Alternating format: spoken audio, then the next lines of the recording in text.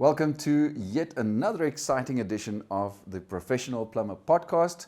My name is Willem, and today is going to be another technically orientated discussion. And as always, for these technical orientated discussions, I always run along with my co-host, Mr. Richard Bailey. Richard, a warm welcome to you as well. Thanks very much, Willem. It's always a pleasure to be here. Please don't use run along in the same sentence too often, because I'm way too old to be running anywhere. Richard, it's going to be a lekker discussion today. Interestingly enough, a podcast or two ago, we chatted about a very similar subject or topic, and that is the importance of choosing and using the correct materials in water installations. Now, today we're specifically referring to metallic pipes in water installations, whereas if I'm not mistaken, in a previous podcast we spoke about the plastic pipes used in water systems or water installations. Is that correct? That's right. Yeah. So we're gonna chat a little bit about metallic pipes. Metallic pipes. Funny enough, Richard, just before we started this recording off air, I said to you, do we refer to them as metallic pipes or metal pipes? And it was it was strange because, metallic always sounds like a color or an undertone to a color that you find on a vehicle or something like that. Yeah, I don't know. I think it's either or. It really, but it's I always think of it. Well, they are pipes of a metallic nature. That's what my brain says to me. So I suppose sometimes I'm wrong when it comes to choosing of words, but metallic, we'll stick with it. It makes no difference. The fact is, we're going to share some valuable information with our listeners and our viewers out there. To them, I want to say, don't go away. Richard and I are going to cross over to a quick ad break, but we'll be right back right after this.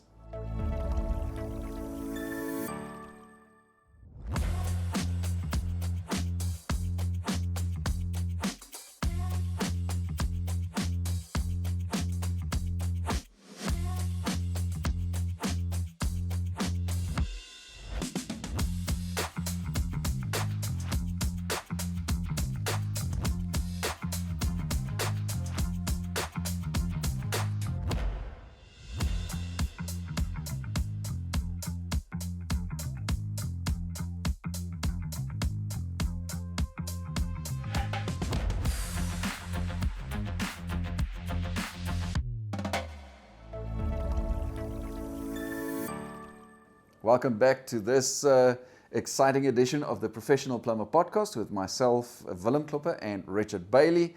Today, in this episode, we are discussing the importance of choosing and using the correct materials for water installations, specifically referring to metallic pipes. Now, Richard, the mere fact that we are talking about it today means that, as simple as it sounds, that people should choose the correct materials and use the correct materials.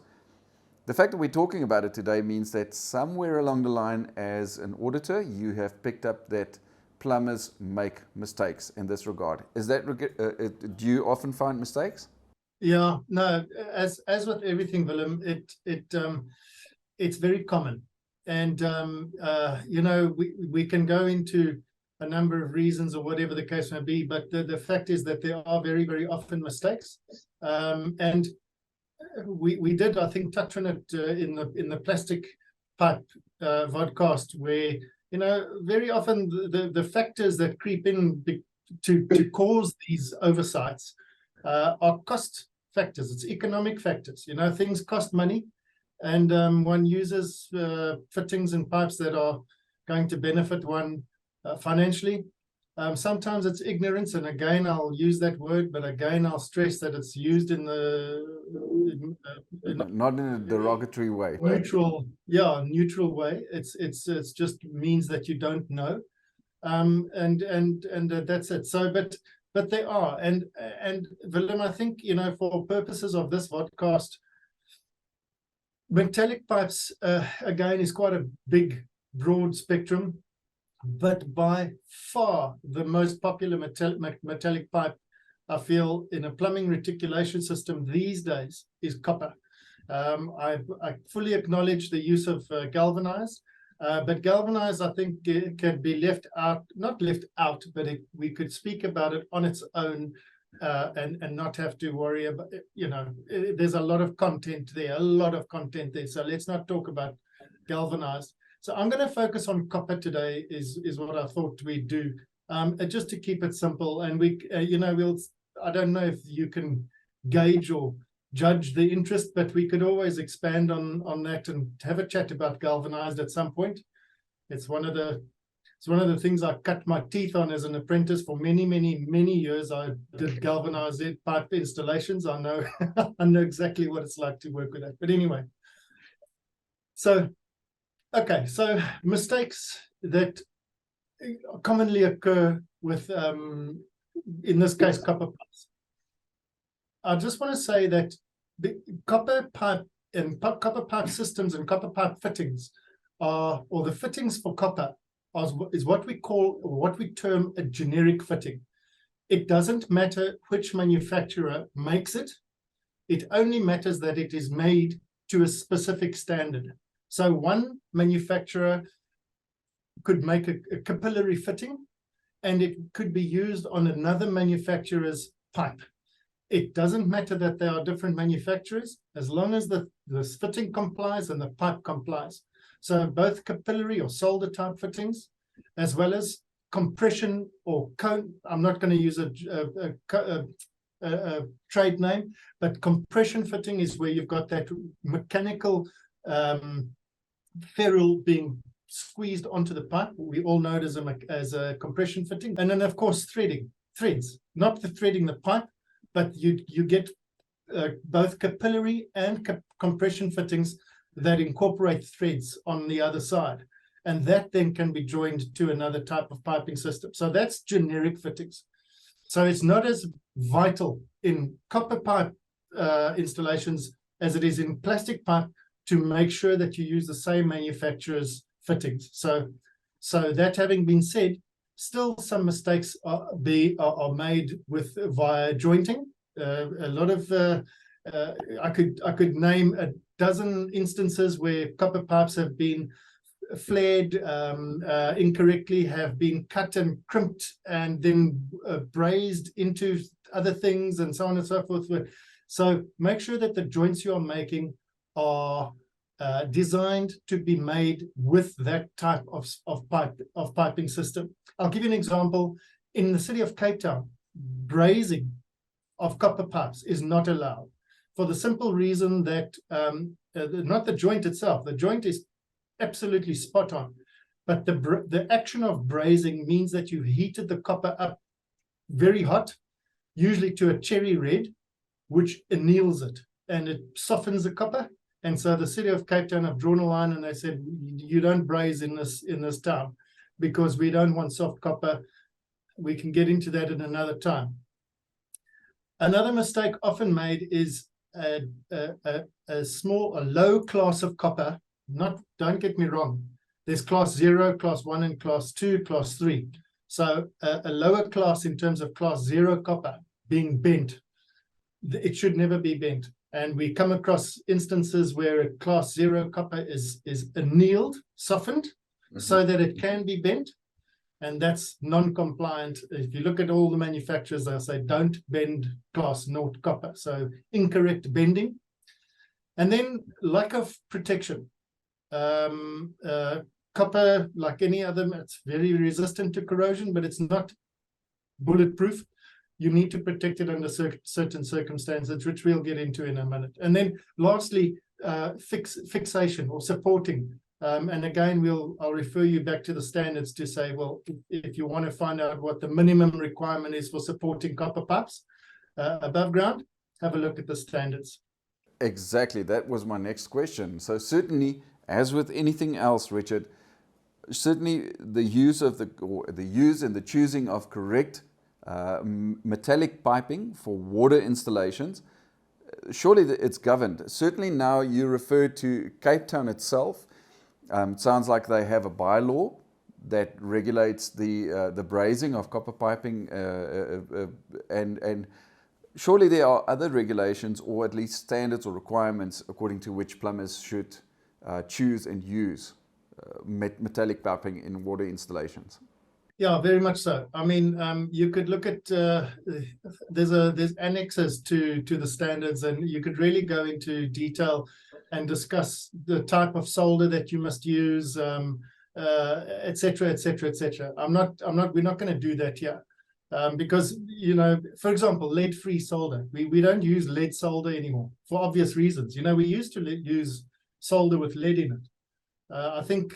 I'm not sure, but it might have even been when I was an apprentice. The solder we used had lead in it. Or maybe I'm wrong. Maybe I'm completely wrong. But I mean, for obvious reasons, you can't do that.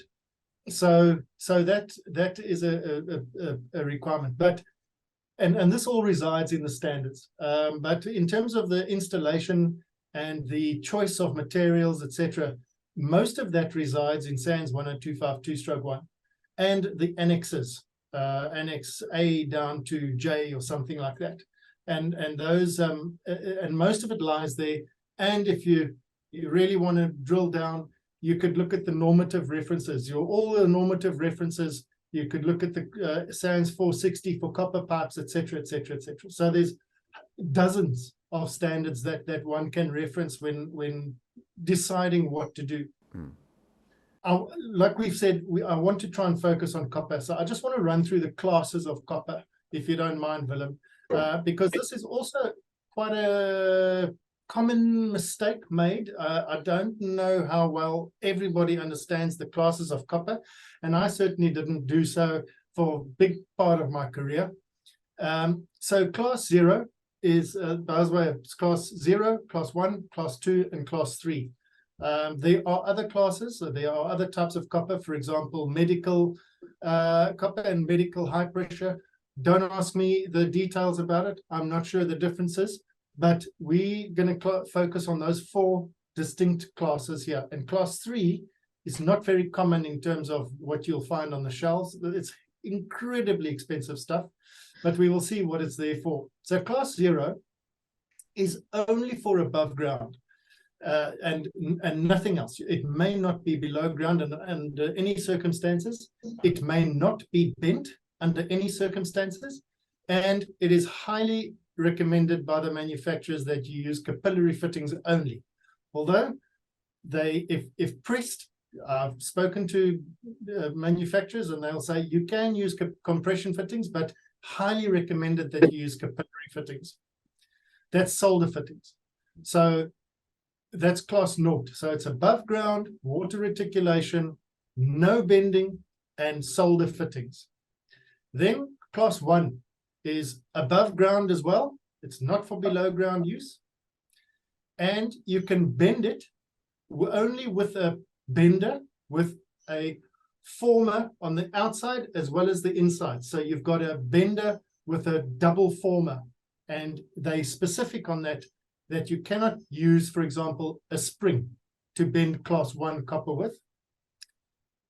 And class 1, you can use compression fittings and you can use capillary fittings or solder fittings. Then class 2, you can use above ground and below ground. But if you use it below ground, you must make sure that the soil is not of an aggressive type. So non-aggressive, in other words, a neutral soil, not an acidic or alkali soil. That you can bend with a bender or a spring. They're happy that you use either one for class 2. Class 3 is for below ground only. Yes, of course, you can use it above ground, but it's overkill for above ground in terms of what you're paying for it. If you want to use below ground copper in perhaps questionable soil conditions, class 3 is the one that you need to use. And they recommend that you only bend it with a bender. Because the wall of the copper is so thick, your normal bending spring is going to be very tight in there, and you probably won't get it out once you've bent it. So only use a bender with class 3 copper, and that is specifically designed for underground use. Richard, I think there's a lot that we can say still about, and I still have a couple of questions regarding using and choosing the correct metallic piping for water installations. But I think for our listeners and our viewers out there, let's just cross over to another quick ad break. Please don't go away, because Richard and I will be back right after this. Not knowing anything about electricity can be shockingly scary, especially when your work is affected by it. Apex Electrical Consulting's accredited trainer presents a practical and safety guide to geyser replacements course to help you become a safer installer in your own field of expertise.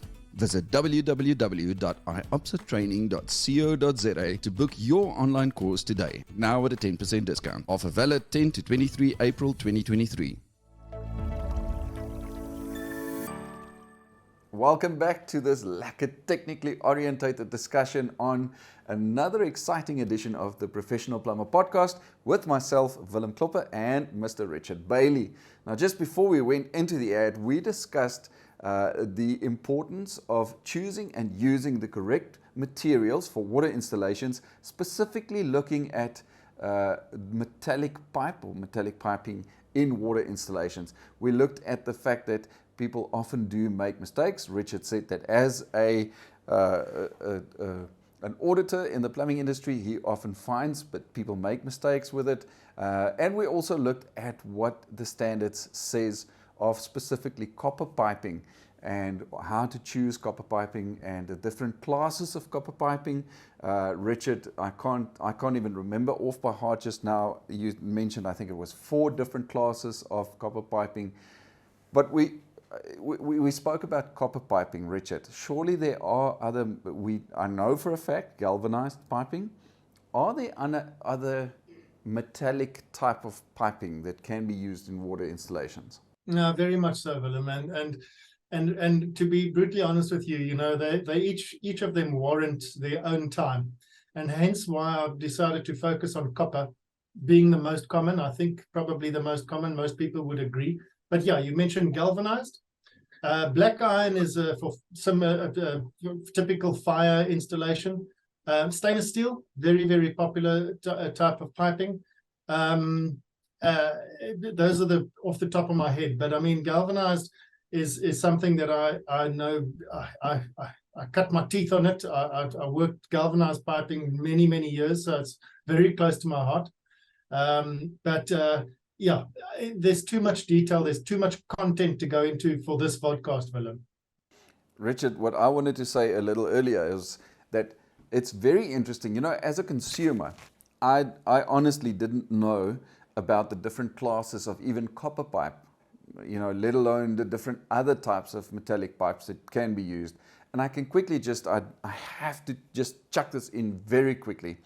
I can guarantee you that the plumbers who stand on the side of the road and hold up a little sign saying, "I'm a plumber," many of those have no clue that there are different classes. And for that reason, you know, chances of using a plumber like that, for the Mr. and Mrs. Jones out there, the consumers, chances of using a plumber like that because you think that their fees are less than the qualified licensed plumbers out there, you know, chances that they're going to use the incorrect materials, very big, very big. But listen, Richard, saying that, let's just give our audience, whether they are installers, plumbers themselves, or Mr. and Mrs. Jones out there, let's just give them a quick sort of overview of some of the consequences of choosing. I mean, you spoke about the different, connecting the 2 different pipes or the 2 different metallics to each other, and that putting a current through it and electrolysis. What did you call it? Electrolysis, yeah. Electrolysis. That was one consequence that can go wrong. But what are some of the others, Richard? You know, it's all the normal stuff. Weakening of the actual pipe itself, where we spoke about annealing pipe by means of heating, and bending copper that is not supposed to be bent. like hard-drawn copper, i.e. class naught. If you bend it, you weaken it. And if you anneal it, you weaken it. And of course, if you weaken it, you increase the chances of leaking and failure. Corrosion is always there. I know we're talking about copper, but we've just spoken about external, well, actually we haven't yet, but corrosion. Copper can be corroded by a number of means, whether they're external influences from the soil they're in contact with to the cement that they are in contact with, which, by the way, they shouldn't be, and we'll get to that. Hence why the differing recommendations for which copper pipes should be buried underground and which shouldn't. They do, in fact, corrode. In Cape Town, we have a particular problem in a number of areas whereby the copper seems to corrode from the inside out. And we call it pitting or pinholes, and they form very, very small, literally pinholes in the copper, but from the inside out. And it's a chemical process, and we're not quite sure. I'm not quite sure what causes it exactly. But so choosing the incorrect material can cause corrosion.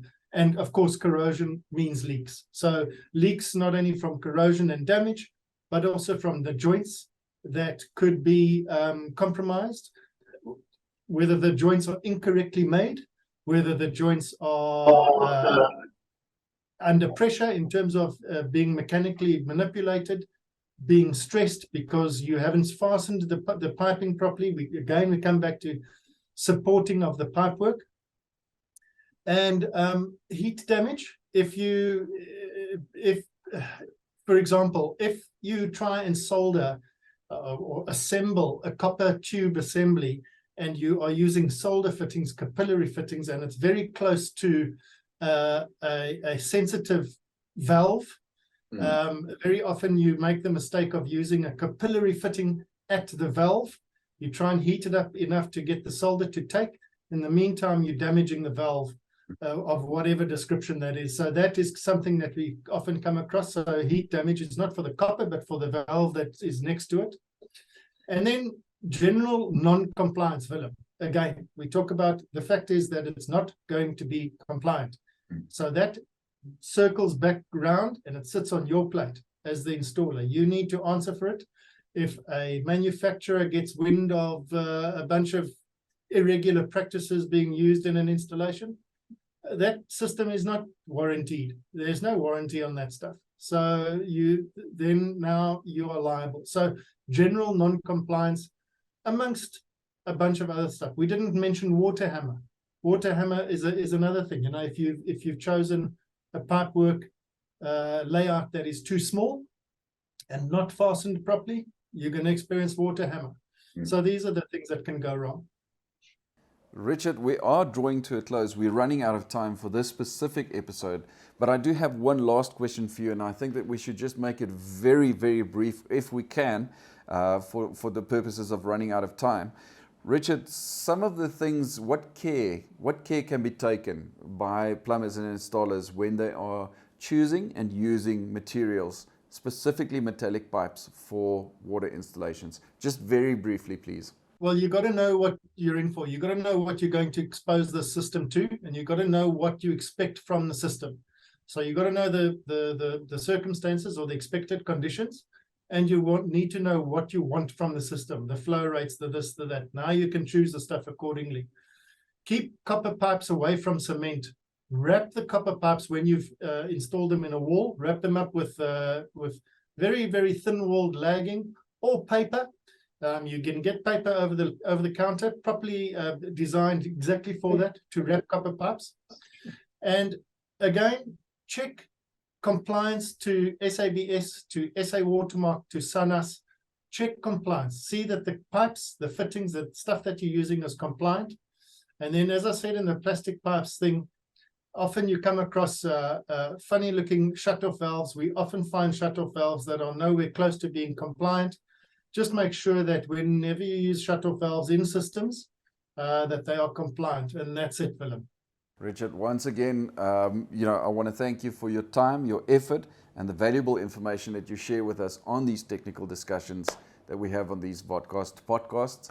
I do know that it takes a chunk out of your day to record these, but I want to thank you for that. It's only a pleasure, as always. Thanks for having me back.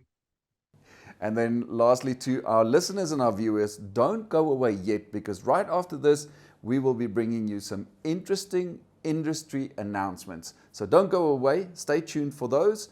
From Richard and myself, we will say goodbye, and we'll see you again next time. The PIRB's National Roadshow is in full swing. Be sure to visit representatives of the PIRB today, the 19th of April, at Buco in Kimberley, and then again tomorrow at Burlersal in Bloemfontein. See you there. Don't miss out on the Plumbers Evening tomorrow, the 20th of April, from 6 p.m. to 8 p.m. at Builders Warehouse in Midrand, Gauteng. There are only 4 months left till our annual Champions for Charity event, and the sponsorships are being swooped up.